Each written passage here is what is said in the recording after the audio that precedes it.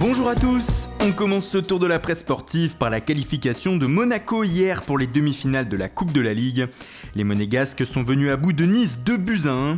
Ça passe, titre Monaco matin. Lemar et Diakaby sont les deux héros du soir lors de ce derby.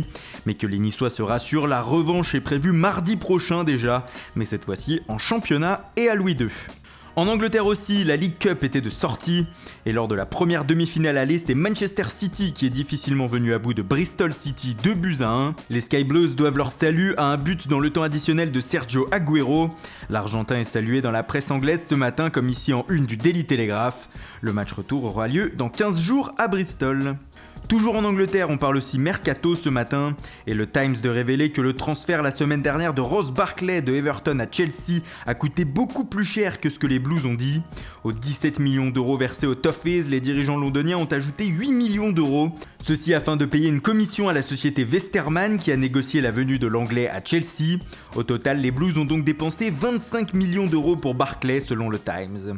À Manchester United, c'est Zlatan Ibrahimovic qui fait la une ce matin. Comme le rapporte Yahoo Sport, le géant suédois pourrait ne pas terminer la saison avec les Mancuniens et s'envoler vers un autre championnat durant ce mois de janvier ou après. En effet, des clubs de MLS et de la Ligue chinoise souhaiteraient le recruter pour le début de leur saison qui commence en mars. Un départ qui ne serait pas une surprise, le rendement de l'ancien parisien depuis son retour de blessure n'étant plus le même. Surtout en fin de contrat en juin prochain, Ibra ne devrait pas continuer une troisième saison de plus à Manchester. Un autre joueur pour aussi faire ses valises à Old Trafford, c'est Matteo Darmian.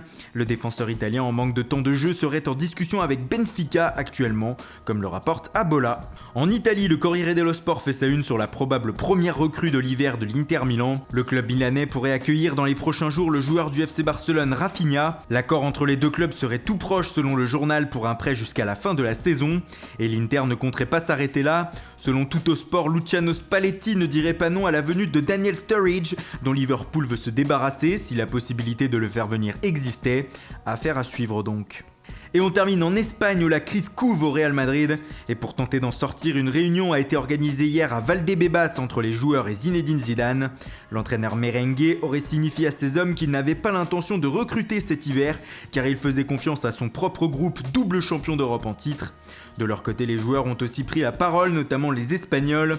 Ils auraient indiqué à Zidane qu'ils avaient l'impression que ce n'étaient pas les meilleurs à l'entraînement qui étaient alignés en match.